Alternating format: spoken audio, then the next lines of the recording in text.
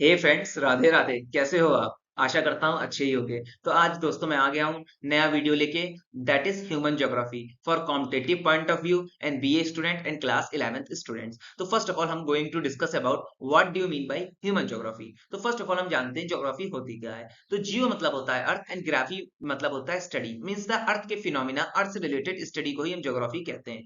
तो human geography क्या है? ह्यूमन ज्योग्राफी बेसिकली जो ज्योग्राफी है आगे चलकर दो ब्रांचों में डिवाइड होती है। First of all is physical geography and second of all is human geography. तो बेसिकली इसमें कंट्रीब्यूशन जर्मन फिलोसफर का बहुत ज्यादा है regarding the development of human geography. उसमें आते हैं हमारे फ्रेडरिक रार्चटेल सर, जो कि माने जाते हैं फादर ऑफ ज्योग्राफी। इन्होंने कहा क्या? बेसिकली इसके बाद आते हैं हमारे प्रोफेसर ब्लैकी। इन्होंने कहा, इन्होंने स्थापित किया रिलेशन किसके बीच में? ह्यूमंस और नेचुरल एनवायरनमेंट के बीच में, और उसी को इन्होंने नाम दे दिया ह्यूमन ज्योग्राफी का। नेक्स्ट आता है what are the main subject that we study on going human geography. अब ह्यूमन ज्योग्राफी के अंदर जैसे ही हम घुसेंगे तो क्या क्या सब्जेक्ट्स हम पढ़ेंगे? तो बेसिकली हम ह्यूमन ज्योग्राफी के अंदर ये पढ़ेंगे क्या क्या ज्योग्राफिकल कंडीशन होती है किसी भी रीजन की। First of all physical elements, उसमें आता है हमारा flora, fauna, lands, water body, vegetation. अब आगे चल के पढ़ेंगे what is the importance of human activities, behaviour and ethics. अब ह्यूमन ज्योग्राफी के अंदर हम चलेंगे पढ़ेंगे कि क्या क्या इंपॉर्टेंस होती है ह्यूमन एक्टिविटीज की, उनके रिलेटेड बिहेवियर्स और उनसे एथिक्स की, और कितने हद तक वो ह्यूमन ज्योग्राफिकल एलिमेंट्स पे असर डालती हैं। ठीक है। अब बेसिकली ह्यूमन ज्योग्राफी हमारा एक रिलेशनशिप या कहें इंटरडिपेंडेंट रिलेशनशिप मेंटेन करती है फिजिकल इन्वायरमेंट और ह्यूमंस के बीच में। ठीक है। अब फर्स्ट ऑफ ऑल क्या कंट्रीब्यूशन है ग्रीक्स का in the development of human geography? तो एंशिएंट टाइम में देखा गया है हमारे जो ग्रीक ज्योग्राफर्स हैं, दैट इज थियोडाइडस, हिप्पोक्रेट्स एंड एरिस्टोटेल, उन्होंने स्टडी किया रिलेशन क्या है ह्यूमंस का और नेचर का, और उसके बिहाफ पे ह्यूमन ज्योग्राफी को बहुत सारा डेवलप किया। ठीक है। अब एग्रीसाइड्स classify the tribe living in यूरोपिया। अब बेसिकली कुछ ट्राइब्स यूथोपिया में रहती थी, उनको क्लासिफाई किया गया है on the basis of food.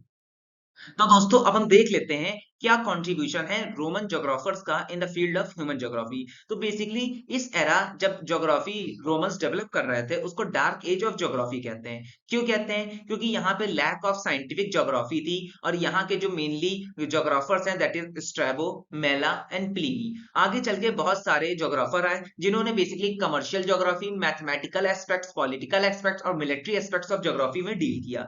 These study of all these geography is also available। अब बेसिकली जो इन्होंने स्टडी किया है ये मटेरियल उनकी लैंग्वेज रोमन्स में भी अवेलेबल है।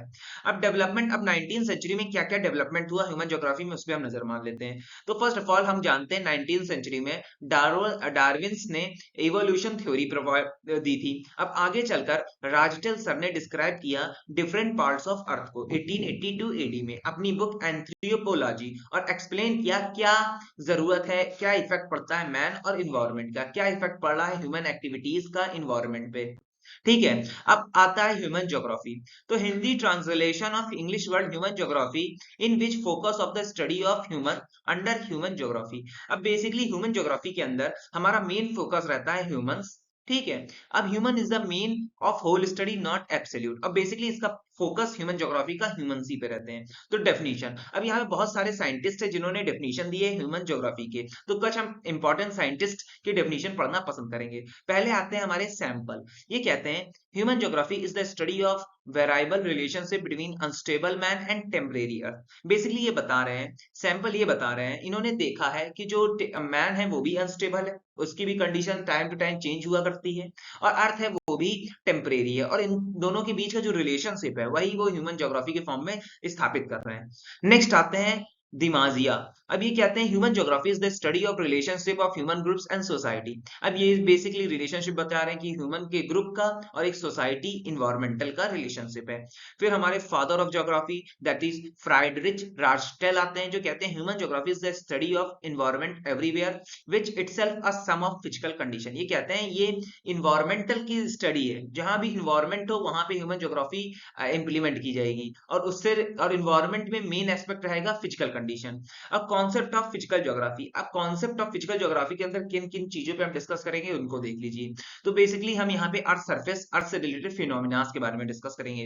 It is the study of human geography. The concept of earth plane is a most important concept. Basically human geography के अंदर अर्थ के सरफेस, अर्थ के प्लेन का कॉन्सेप्ट को इंपॉर्टेंस दी गई है, because the study of earth surface is human as the world. अब बेसिकली क्यों? क्योंकि ह्यूमन से स्टडी कर सकते हैं अर्थ की सरफेस के बारे में। All them human geography are related to the concept of this surface. तो बेसिकली ये कह रहे हैं कि ह्यूमन ज्योग्राफी रिलेटेड है अर्थ सरफेस की स्टडी पे। सेकंड आता है location. Situation is called relative location और geographical relation through which known one place is unrelated to another place. Basically अगर प्लेस का डिफरेंशिएशन किया जाए तो वहां पे लोकेशन बहुत इंपॉर्टेंट रोल प्ले करता है, और वही एक इंपॉर्टेंट कॉन्सेप्ट है हमारे ह्यूमन ज्योग्राफी का। तो दोस्तों यही था मेरा introduction video regarding the human geography. अगर टॉपिक पसंद आया तो लाइक, सब्सक्राइब, शेयर कीजिएगा। एंड जय श्री राधे।